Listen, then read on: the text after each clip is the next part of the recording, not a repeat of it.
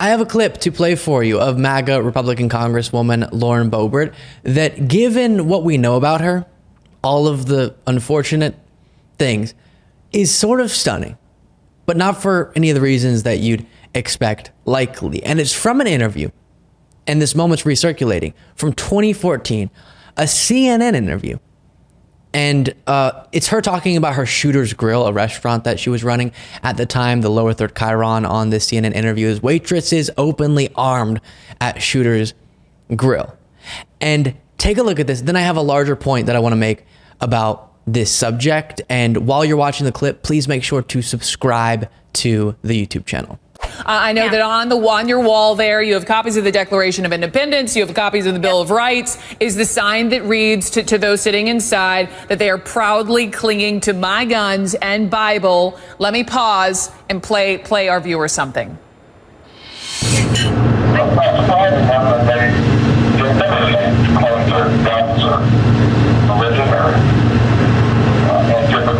People want like that. Anti-immigrant sentiment or anti-trade sentiment. And they explain their frustrations. I don't know if you could hear that, Lauren. That was then Senator Obama back in 2008, campaigning, comment caught off mic, talking about people in rural areas, clinging to their guns and religion. And so I just have to ask, is the sign in your restaurant a direct jab at Obama? No, I would never do anything to disrespect my president. I believe that it is an office that is in place by God. And, I would never say anything to disrespect him. I didn't know that comment was even made. I actually picked up the sign just at a local store. Okay. No, actually, I stand corrected. A friend of mine bought that for me, and I thought it was fitting. So in that interview, again, stunning given what we know about Lauren Boebert, that in 2014, she was speaking that respectfully, just generally, but especially about Barack Obama, calling him my president and saying she would never do anything to disrespect him, never something that would leave her mouth these days. But it's not to say that she's flip-flop, right? The point of this segment is not to say, look, she used to love Obama. Not true. The Shooter's Grill was not exactly the Obama supporter hangout spot where they're openly armed and all that. But instead, it gets to something else. For me, there's this age-old question of, are these crazy MAGA Republicans or a lot of dishonest people in the media or elsewhere playing a character? Or is this an authentic expression of how they feel about politics? Is it authentically an expression of their own conspiratorial views, dangerous views, crazy views? Or is it a character that they think would advance their media goals for someone like Tucker Carlson, or their political goals for people who are in Congress, etc.? And sometimes it's hard to tell. We talked about, for example, you have someone like Carrie Lake, obviously grifting in many ways, knows better, but spreads lies about the election.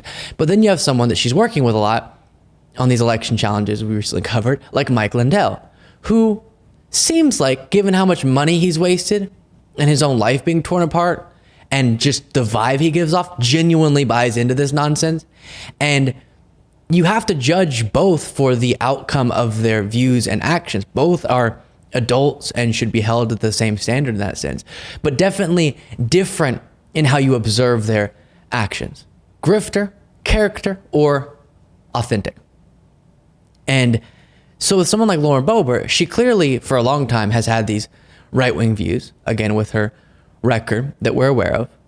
But back then, for social reasons or whatever, was speaking in a much more respectful way, less cartoonishly crazy, and even said she would never do anything to disrespect her president being Barack Obama.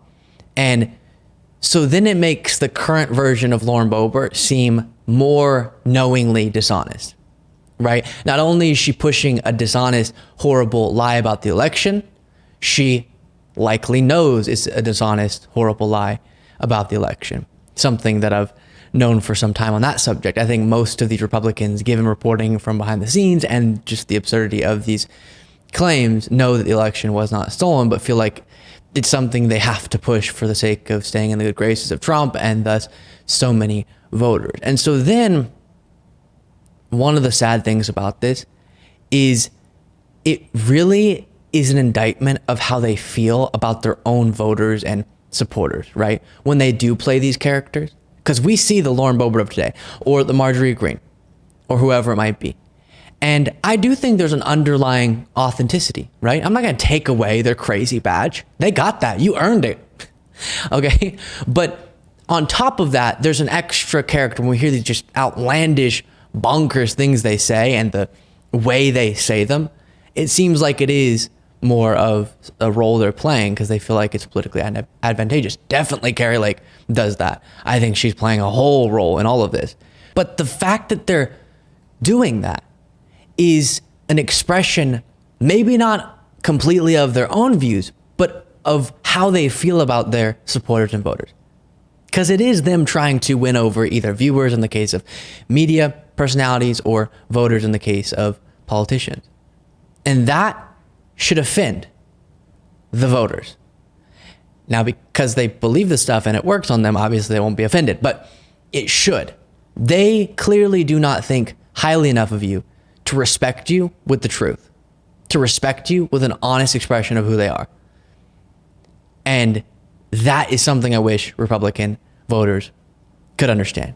Now, some Republican voters do understand this. If you are sick and tired of the MAGA craziness, some former Trump voters are as well. There is an account on X called Republican Voters Against Trump, and every single day they're highlighting different Republican voices, different former Trump voters who are explaining why they don't support Trump anymore and this MAGA movement anymore. Here's a video that was put out from them. I'm a former Trump voter. I voted for Donald Trump in 2016 and 2020. In 2020, I voted for Trump again. I will never support Donald Trump. I will not vote for him in 2024. He's got so much baggage. Trump is the biggest threat to our democracy. He kept denying. And he lost the election. Donald Trump was responsible for the violence on January 6th. He could have prevented it. Trump talking about retribution. Retribution and going after people is disrespect of our military. The military people that he's disgraced. 91. Criminal felonies. 4 different indictments. He mishandled classified documents. Taking documents. Now his desire to do away with NATO. Donald Trump talks about abandoning Ukraine. He said he'll be a dictator on day one. If he's going to be a dictator on day one, he's going to be a dictator, period. That kind of stuff scares me. Absolutely scares me. A second Trump term would be worse than the first. A second term for Trump would be far more extreme. It is dangerous, outright dangerous. I